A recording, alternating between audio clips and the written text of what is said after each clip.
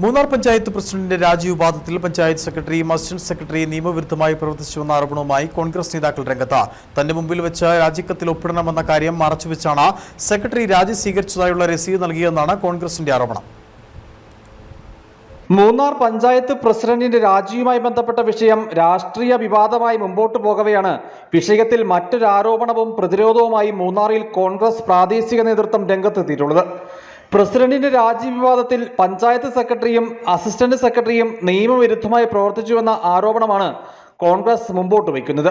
തന്റെ മുൻപിൽ വെച്ച് രാജിക്കത്തിൽ ഒപ്പിടണമെന്ന കാര്യം മറച്ചുവെച്ചാണ് സെക്രട്ടറി രാജി സ്വീകരിച്ചതായുള്ള രസീത് നൽകിയതെന്നും ഓഫീസ് സമയം കഴിഞ്ഞ് വൈകിട്ട് 6-നാണ് രാജിക്കത്തിൽ താൻ ഒപ്പിട്ടില്ലെന്നുള്ള പ്രസിഡന്റിന്റെ പരാതി സെക്രട്ടറി സ്വീകരിച്ചതെന്നുമാണ് കോൺഗ്രസിന്റെ ആരോപണം.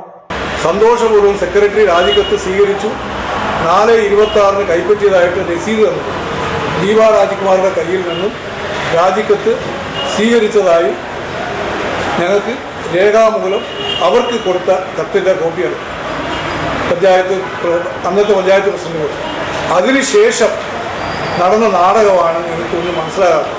അതിനുശേഷം ഈ നാട്ടിലെ നിയമങ്ങൾക്ക് വിരുദ്ധമായി 4/26 അവർ പോയതിനു ശേഷം ഇതിനകത്ത് ഉള്ള നിയമപ്രശ്നം ചൂണ്ടിക്കാണിച്ചുകൊണ്ട് ഈ പോയ ആളെ വിളിച്ച് 6 മണിക്ക് ശേഷം ഇങ്ങനെ ഒരു പരാതി തയ്യാറാക്കി മുന്നോക്ക വിഭാഗത്തിൽപ്പെട്ട ആളുകൾ ഭീഷണിപ്പെടുത്തി, നേതാക്കന്മാർ ഭീഷണിപ്പെടുത്തിയതായി ആ കത്തിൽ പറയുകയും ഒപ്പ് അവർ ഇട്ടില്ല എന്ന് പറയുകയും, എന്നാൽ ആ കത്ത് 6 മണിക്ക് കൈപ്പറ്റിയതായിട്ട് സെക്രട്ടറി രേഖാമൂലം അറിയിച്ചിട്ടുണ്ട്.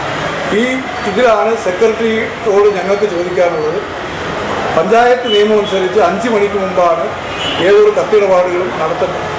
6 മണിക്ക് വാങ്ങിയതിൻ്റെ ഉദ്ദേശം അതിന് പിന്നിൽ എന്താണെന്നുള്ളത് അവർ വ്യക്തമാക്കും. പ്രസിഡന്റിന്റെ രാജി സംബന്ധിച്ച് വിധി എതിരാണെങ്കിൽ തെളിവുകൾ സഹിതം കോടതിയെ സമീപിക്കുമെന്നും Congress DCC general secretary G. Muniyandi, block president S. Vijayakumar, vice president A. Andrews, മണ്ഡലം പ്രസിഡന്റ് C. നെൽസൺ എന്നിവർ വാർത്താ സമ്മേളനത്തിൽ വ്യക്തമാക്കി. News bureau, Adimali.